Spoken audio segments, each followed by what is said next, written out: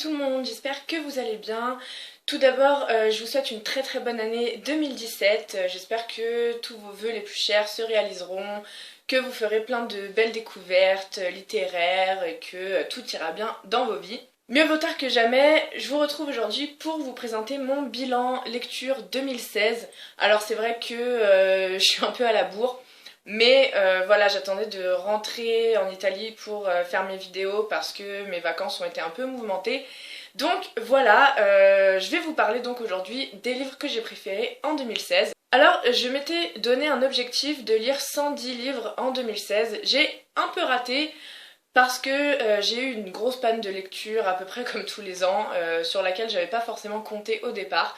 Mais je m'en suis plutôt pas trop mal sortie au final puisque j'ai lu en 2016 un total de 102 livres en comptant les bandes dessinées, les comics. Donc voilà, j'ai pas le nombre exact de romans que j'ai lus parce que j'arrive pas à retrouver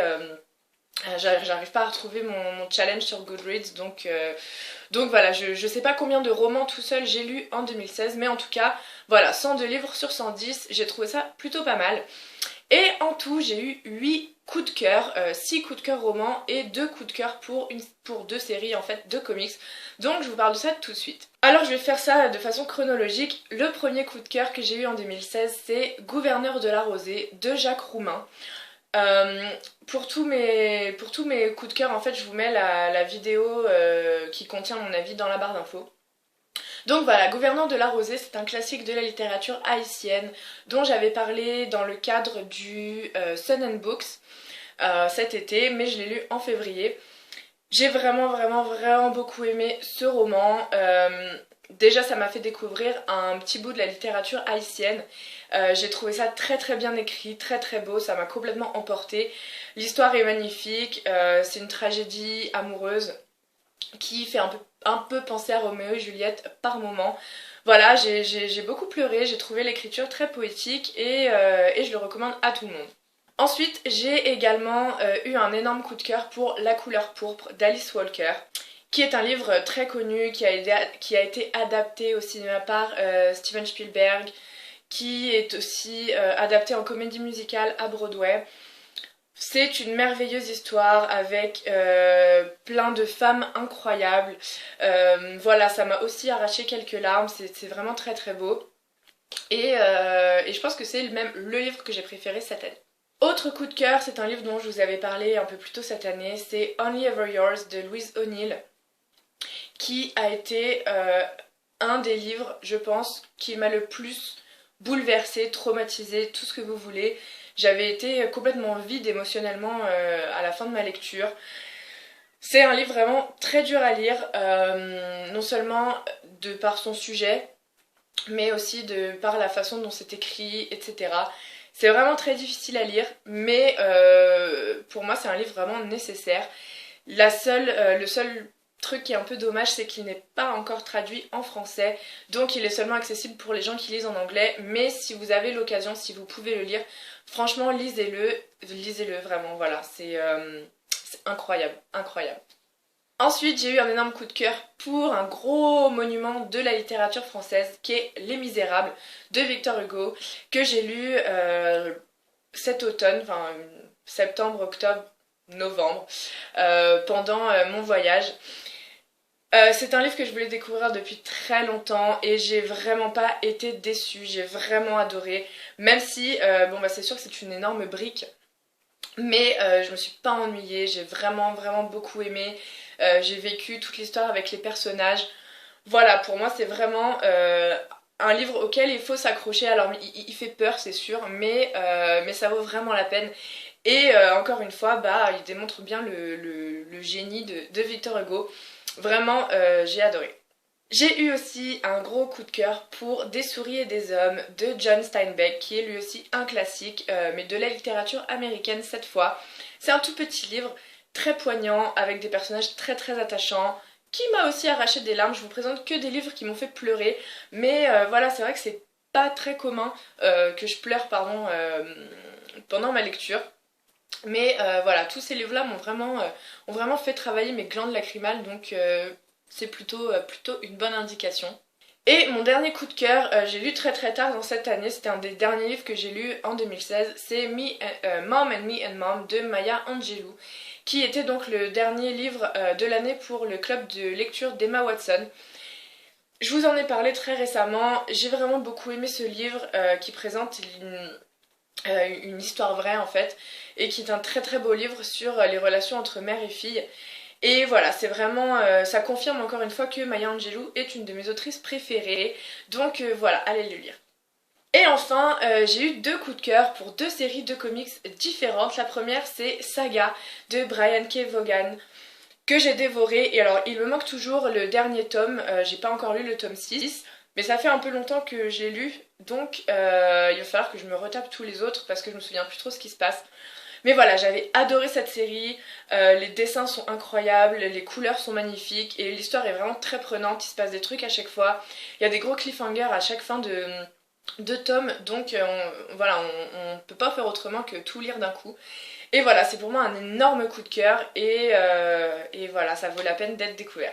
Et le deuxième coup de cœur que j'ai eu pour un comic, c'était Lock and Key de Joe Hill, qui est le fils de Stephen King, et c'est un style complètement différent de Saga, mais pareil, j'ai adoré l'histoire, donc c'est une série qui est terminée pour le coup, donc vous pouvez la lire n'importe quand, sans être frustré d'attendre le prochain tome. Et voilà, c'est vraiment génial pour ceux qui aiment un peu les ambiances un peu sombres, mystérieuses, voilà. Il y a un peu des scènes un peu trash, un peu violentes, mais voilà, c'est génial, les personnages sont super, voilà. Voilà pour mes 8 coups de cœur de 2016. C'était une vidéo un peu rapide, un peu inutile en fait parce que je vous ai pas trop parlé des livres, mais je voulais pas trop faire de répétition parce que mes avis détaillés sont dans la barre d'infos.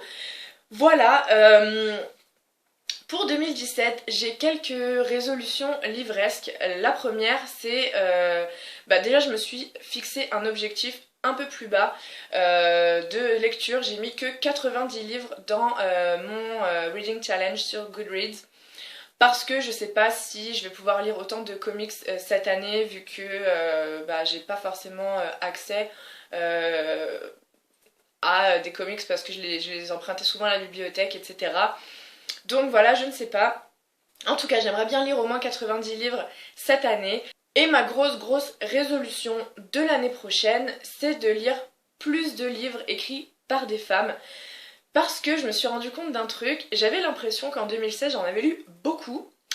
Et en fait, je me suis rendu compte que ça représentait qu'un petit pourcentage de mes lectures totales. Je pense que je n'ai lu qu'à peu près 30 livres, ou 40, je sais plus, quelque chose comme ça. En tout cas, il me semble me souvenir que seulement un tiers de mes lectures étaient des livres écrits par des femmes. Et je trouve ça un peu décevant, voilà, donc j'aimerais bien en 2017 qu'au moins la moitié de mes lectures soient des lectures, enfin des livres en tout cas, écrits par des autrices. Et donc du coup, je me suis fait une petite palle prioritaire et je vais essayer de participer à des challenges un peu axés sur ça, à des book clubs aussi. Je vais continuer de participer au book club d'Emma Watson. Je vais aussi participer à un autre book club qui s'appelle The Feminist Orchestra. Je vous mets tout ça dans la barre d'infos si ça vous intéresse. Et du coup, voilà, peut-être que ça va, enfin j'espère que ça va m'aider.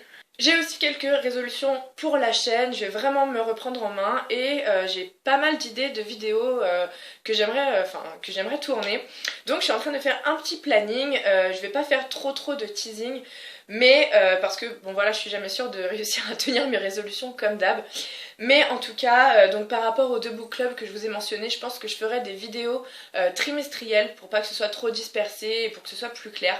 Donc du coup, vous pourrez retrouver ces lectures-là, donc des lectures féministes, tous les 3 mois à peu près, si j'arrive à tous les lire bien sûr.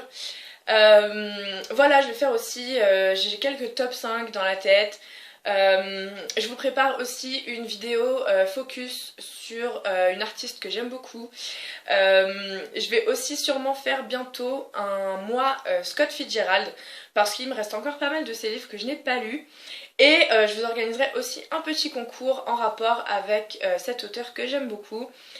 Et voilà, il y aura aussi bientôt les réponses à la foire aux questions, un gros book haul parce que c'était Noël et mon anniversaire. Donc j'ai plein de trucs à vous présenter, un point lecture aussi parce que ça fait longtemps que j'en ai pas fait.